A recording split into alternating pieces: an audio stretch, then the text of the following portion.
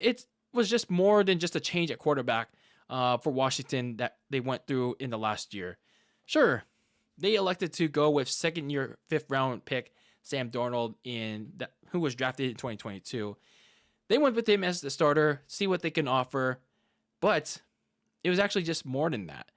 During this past offseason in July of 2023, notorious owner Dan Snyder sold the team to an investment group led by Josh Harris, who was known more from the Philadelphia 76ers.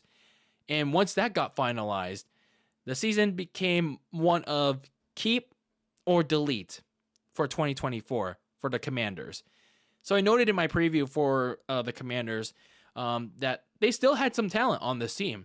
Don't get me wrong, but then once the season rolled along, several things became apparent with such talent that led them to go from 2-0 to start the season to all the way down to 4-13 once the season ended. So you have to look at what went wrong with the Commanders throughout this whole season. And sure, the Commanders got off to a good start because their defense and all that. But the main problem, the crux, was Sam Howell. Sam Howell was really bad. Howell was just not good this season because he turned the ball over a lot. He was really careless throwing interceptions or just fumbling it on the run. But here's a caveat. I know people love to talk shit. They love to crap on Sam Howell because of those things. But there's kind of a bit of a caveat to Sam Howell's issues. And I'm not saying that these are excuses for Howell. He played behind the worst offensive line in the NFL. Not everything why Sam Howell was bad was because of him. It is because, that offensive line was just terrible. It was so bad. They gave up over 60 sacks, nearing close to 70. He was the most sacked quarterback in the NFL. He was nearing David Carr levels of getting sacked. He was pressured up the ass instantly. If he was just 1 second from the snap, you already have pass rushes going up after him on a weekly basis. Every play, he was getting harassed. Washington didn't do an adequate job putting together at least a decent O-line for quarterback under evaluation. And look what happened. Sam Howell was pretty bad. And people were too quick to point out that Sam Howell was the problem, when in essence that it wasn't always because of him. It was a main crux was that offensive line. Just with a couple of other teams that we're going to talk about. The main issue is that they don't protect their quarterbacks. Washington was one of them. And it wasn't just the offense that was the main issue. I mean, look at the defense. It was really bad.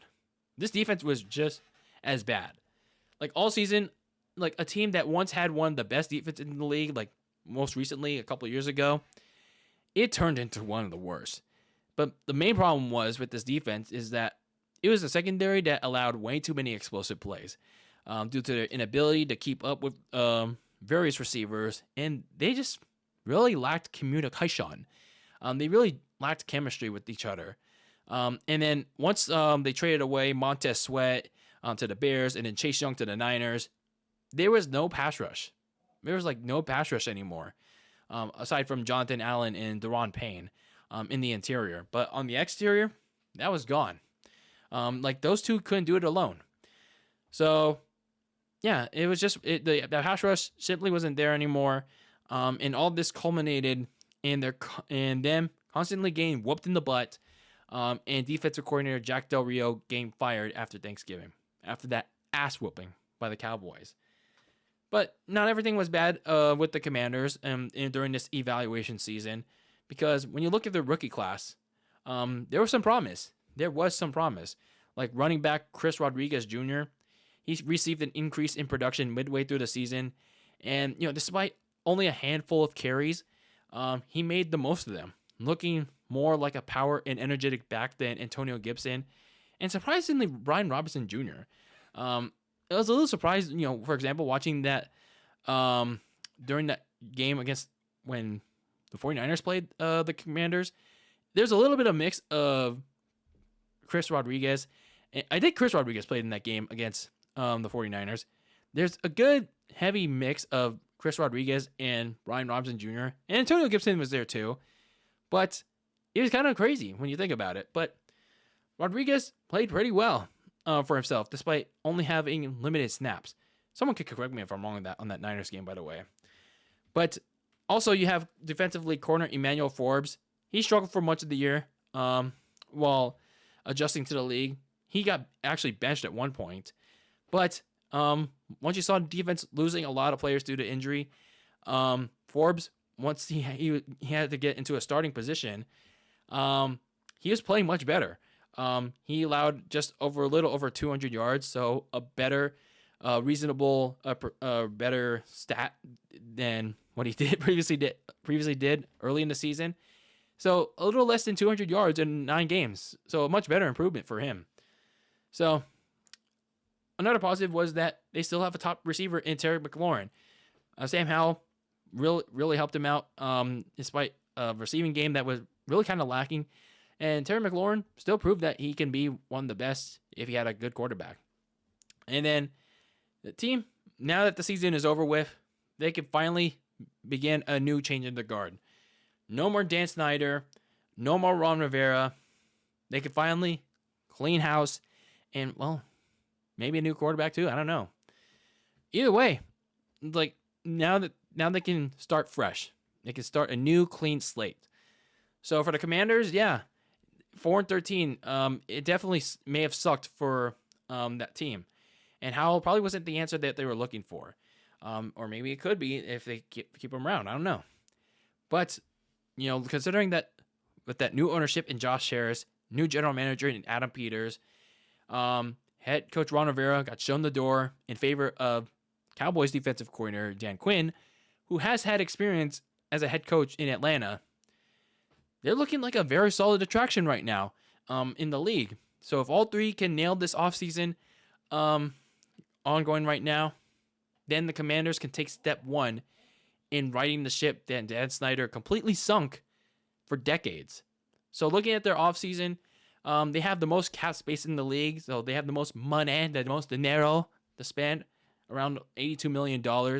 And they do pick at number 2. So they have options here. Depending on what the Bears do at number 1, they're going to get either the top pick, the top choice at quarterback, or the second best choice. Whoever they want, whatever the Bears don't get, the Commanders will get. That's unless if they trade down, which it would be a curious choice as well. Looking at some of their key free agents, lucky for them, not too many that they have to consider re-signing or extending. Looking at, just for example, though, center Tyler Larson, linebackers Cody Barton and David Mayo. The only one that they should consider re-signing, though, is safety Cameron Curl. He had a really good year in a what was considered a overall down year for the team. But looking at the needs to address for the entire team overall, excuse me, obviously that number 2 overall pick has to be centered around drafting the quarterback. So as much as I think Sam Howell should be given another chance with a proper offensive line, I think Adam Peters and Dan Quinn are likely going to instead want their own quarterback with the opportunity in front of them. I mean, it's like a golden opportunity. With how bad the team did. I mean, not by fault of their own, but it's just, by circumstance. You have the number 1, 2 overall pick. It's like sitting right in front of you. You got to use it. You got to use it on what you think is a prime opportunity to have a franchise quarterback. Whatever that may be, go and use it. And then from there, you build around that quarterback. Build a wall to protect them. Rebuild the offensive line, starting with the tackle position. Outside of guard Sam Cosmi, the offensive line, like I said, was a big mess, allowing a crap ton of sacks on Sam Howell. You don't want that on your next quarterback. They need to commit a good amount of their free agency and draft capital on the offensive line, and that starts with tackle. And then defensively, you got to rebuild the defense, starting with the secondary. Washington had the worst pass defense this past season So addressing cornerback should be at the top of the list in terms of their defense. Dan Quinn's a specialist in that, so he'll probably know what to do. And then from there, they can split getting edge rushers in both free agency and the draft, and maybe some, I don't know, whatever pending need that they have to get as well.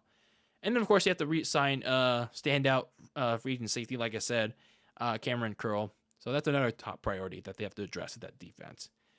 So as I said, Washington didn't exactly have a great 2023 by no means. So as the season wore on for them, it was expected under the new ownership. But now that new ownership can officially kick it to overdrive. It can go into full gear, start a new revolution. And those AEW terms are really kicking in, huh?